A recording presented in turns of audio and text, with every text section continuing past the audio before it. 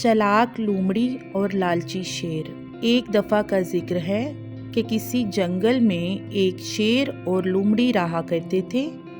जंगल के तमाम जानवर इन दोनों से बहुत परेशान थे, क्योंकि वो दोनों मिलकर ना सिर्फ जानवरों को तंग करते बल्कि चोरियां भी करते थे।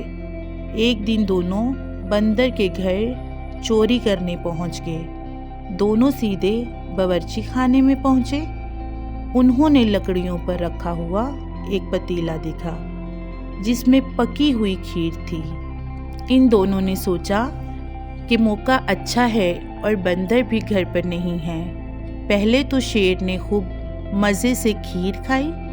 जब शेर खीर से सैर हो गया तो लोमड़ी खीर पर टूट पड़ी। लोमड़ी बोली कि मैं इसे ख़त्म कर दूंगी। इसने जैसे ही अपना मुंह पतीले में डाला और इसका मुंह पतीले में फंस गया। इसने शेर से मदद मांगी। चूंकि वहाँ अंधेरा था, शेर को किसी के आने की आहट सुनाई दी। शेर घबराते हुए दुम दबाकर भाग गया और लोमड़ी की मदद ना की।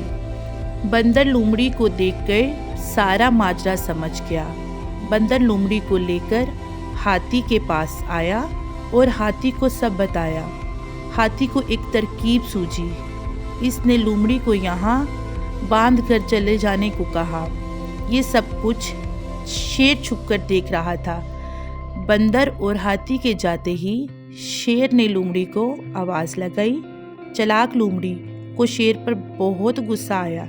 इसने फौरन शेर से बदला लेने का सोचा और शेर से कहा कि मैंने बंदर और हाथी को बताया कि मैं यहाँ चोरी करने नहीं आई थी, बल्कि एक चोर को पकड़ने आई थी जिसने सारे जंगल में हलचल मचाई हुई है, लेकिन वो भाग गया और मैं पकड़ी गई। बंदर और हाथी ने मेरे सच बोलने पर कहा कि वो मुझे इनाम में एक हिरन देंगे। ये सुनकर शेर के मुंह में पानी आ गया।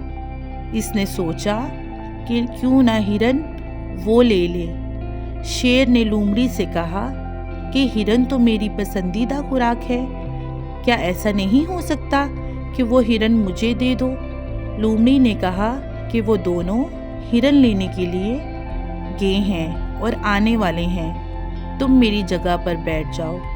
शेर चालाक लोमड़ी की बातों में आ गया और इसकी रस्सियां खोल दी और बोला, तुम यहाँ से भाग जाओ, मैं यहाँ बैठ जाता हूँ। शेर को लालच देकर चालाक लोमड़ी अपनी जान बचाकर भाग गई। जब हाथी और बंदर वापस आए तो उन्होंने शेर को लोमड़ी समझकर इस पर खूब गर्म पानी डाला और यूं जंगल के बादशाह को लालच में आकर लोमड़ी की चालाकी की सज़ा भुगतनी पड़ी और वो बुरी तरह चिल्लाने लगा।